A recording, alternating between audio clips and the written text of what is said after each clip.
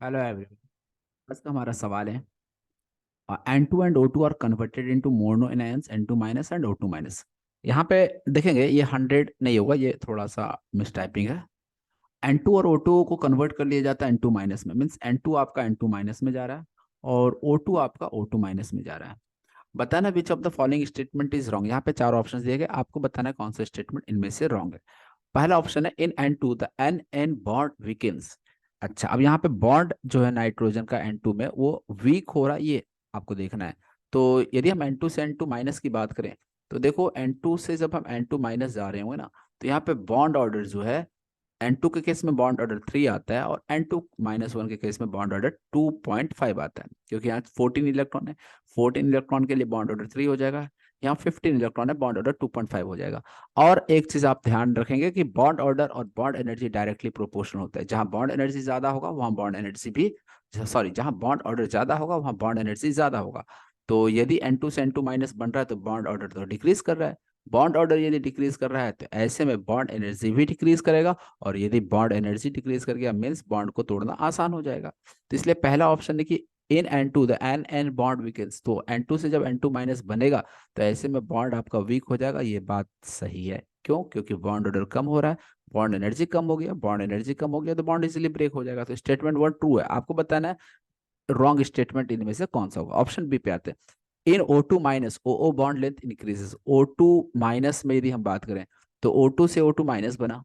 यदि हम यहाँ पे बॉन्ड ऑर्डर की बात करें तो O2 का बॉन्ड ऑर्डर हो जाएगा 16 इलेक्ट्रॉन है, 16 इलेक्ट्रॉन के लिए बॉन्ड ऑर्डर 2 हो जाता है।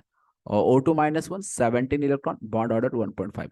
और बॉन्ड ऑर्डर और बॉन्ड लेंथ में यदि हम बात करें तो ये इनवर्स रिलेशन होता है, में जितना ज्यादा बॉन्ड ऑर्डर उतना कम बॉन्ड लेंथ हो जाएगा। तो यहाँ पे बॉन्ड ऑर्डर कम है तो बॉन्ड लेंथ क्या हो जाएगा, ज्यादा, इनवर्सली रिलेटेड है। तो इसलिए O2 माइनस में बॉन्ड लेंथ इंक्रीज करेगा। तो इसलिए इन O2 minus O bond length increases. ये बात भी आपका सही है, क्योंकि O2 माइनस में बॉन्ड ऑर्डर कम हो रहा है तो बॉन्ड लेंथ इंक्रीज करेगा। ऑप्शन बी भी जो है आपको सही है। ऑप्शन सी की बात करते हैं इन O2 minus bond order decrease है। O2 से O2 माइनस जा रहा है तो बॉन्ड ऑर्डर 2 से 1.5 हो रहा है, तो बॉन्ड ऑर्डर तो सीधा सीधा दिख रहा है डिक्रीज ही कर रहा है। तो यार ये भी स्टेटमेंट सही है। N2 minus becomes diamagnetic. N2 से N2 माइनस, देखो N2 के पास 14 इलेक्ट्रॉन है, ये आपका डायमैग्नेटिक होता है N2।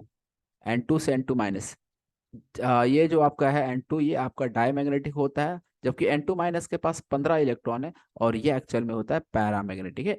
पैरामैग्नेटिक और डायमैग्नेटिक का मतलब क्या होता है, कैसे चेक करते हैं हम? तो सिंपली अनपेड इलेक्ट्रॉन कहाँ है कहाँ नहीं। जहां अनपेड इलेक्ट्रॉन होगा वो पैरामैग्नेटिक, जहां अनपेड इलेक्ट्रॉन नहीं होगा वो डायमैग्नेटिक हो जाएगा। और ये अनपेड इलेक्ट्रॉन देखेंगे कहाँ, तो N2 का आपको इलेक्ट्रॉनिक कॉन्फ़िगरेशन लिखना है in terms of molecular orbital. MO के टर्म्स में लिखिएगा sigma 1s2 sigma star 1s2 sigma 2s2 sigma star 2s2, इस तरह से। तो आपको दिख जाएगा N2 के पास अनपेड इलेक्ट्रॉन नहीं है, जबकि N2 माइनस जहाँ 15 इलेक्ट्रॉन है इसके इलेक्ट्रॉनिक कॉन्फ़िगरेशन में अनपेड इलेक्ट्रॉन आ जाएंगे। ठीक है, तो इसलिए यहाँ पे N2 माइनस जो होगा वो डायमैग्नेटिक होगा। ये गलत हो गया स्टेटमेंट, क्योंकि ये N2 माइनस पैरामैग्नेटिक होता है, N2 डायमैग्नेटिक होता है। तो यार ये स्टेटमेंट गलत हो गया, इसलिए आंसर जो है वो आपका ऑप्शन डी ही हो जाएगा, क्योंकि आपको रॉन्ग स्टेटमेंट चूज करने को कहा गया था। तो आंसर आपको मिल गया। Hope you understand this question. Thank you for watching video.